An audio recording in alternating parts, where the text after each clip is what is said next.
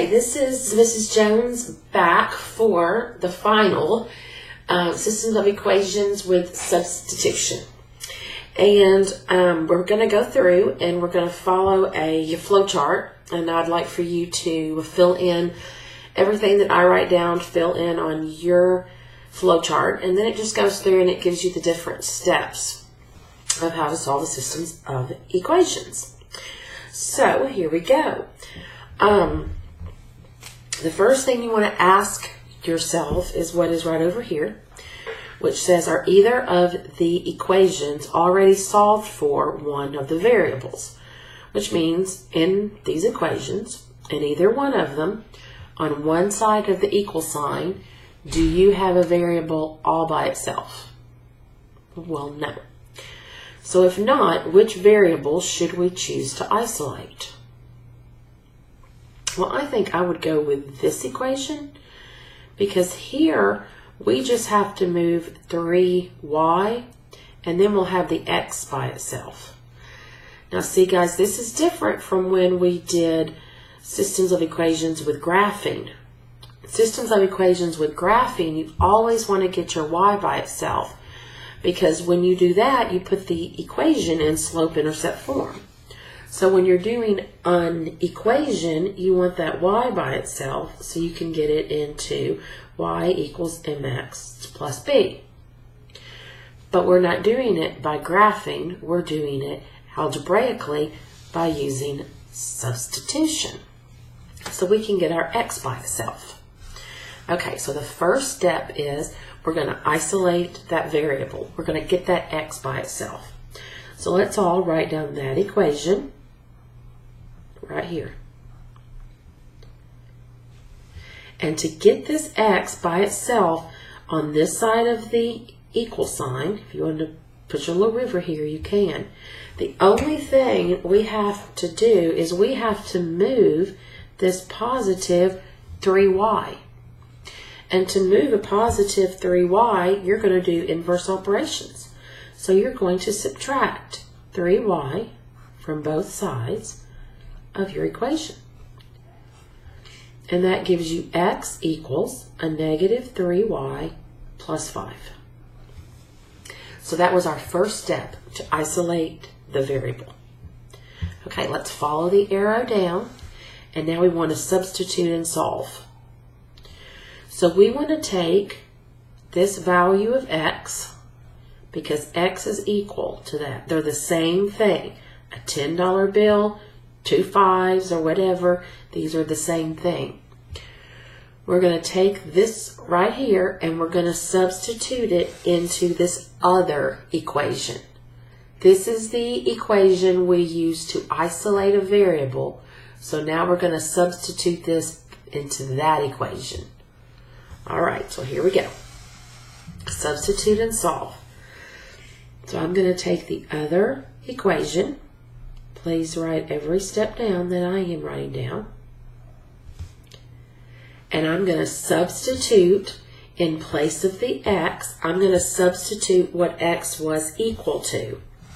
So I'm going to substitute in a negative 3y plus 5 in place of the x.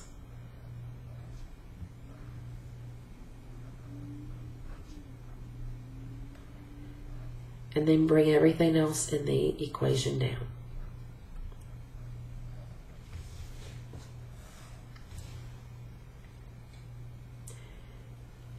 Now we're going to follow the steps for solving a multi-step equation, and we're going to solve for y.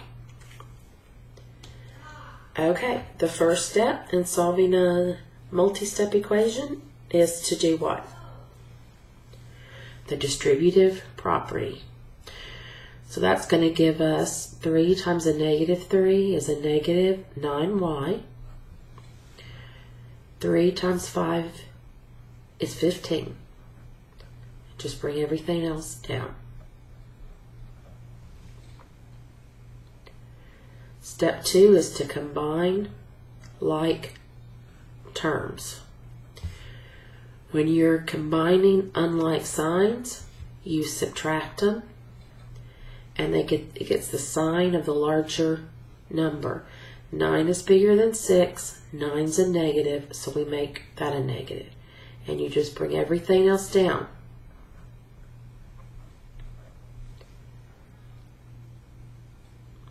Next step, do the inverse of adding or subtracting. So we're going to subtract 15 from both sides. And that gives me a negative 3y equals 1. Our last step, we want to once again isolate that y, get it by itself.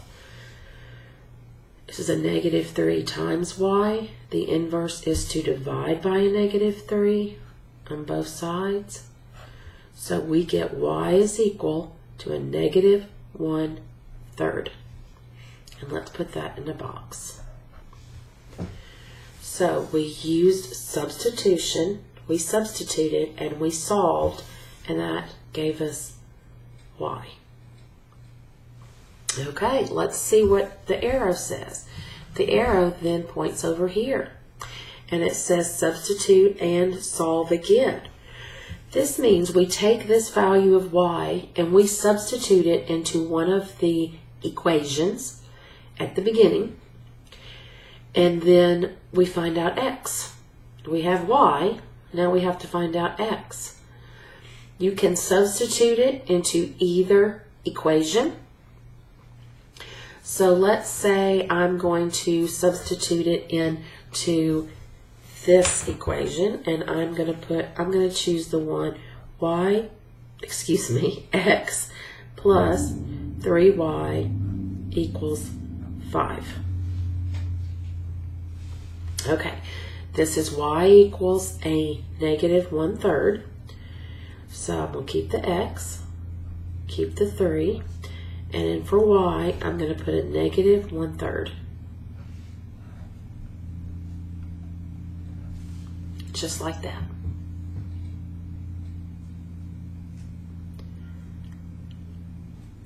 All right. So right here, we have 3 times a negative 1/3, and that's going to end up giving us a negative 1.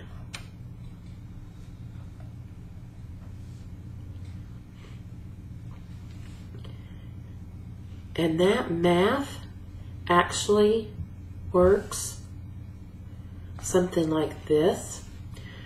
If you have 3 over 1 and you times it times 1 over 3, you end up getting 1.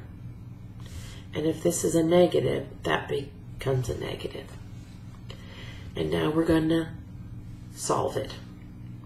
So we're going to add 1 to both sides, and we get x is equal to 6.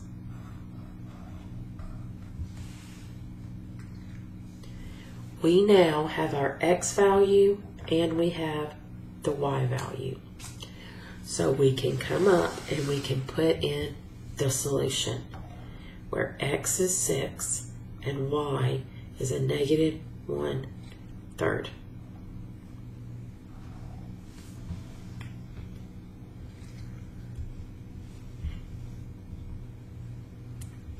Thank you very much. Have a good day.